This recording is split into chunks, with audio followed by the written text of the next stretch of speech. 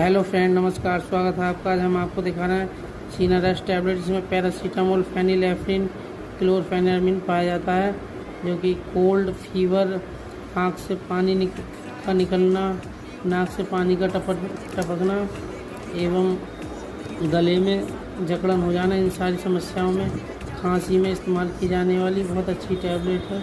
अगर आपके कोई समस्या है तो आप इसका इस्तेमाल कर सकते हैं। मार्केट से आप इसे 120 रुपये में 15 गोली की स्ट्रिप आसानी से प्राप्त कर सकते हैं। बाकी अपने डॉक्टर की सलाह के अनुसार इसका इस्तेमाल करें।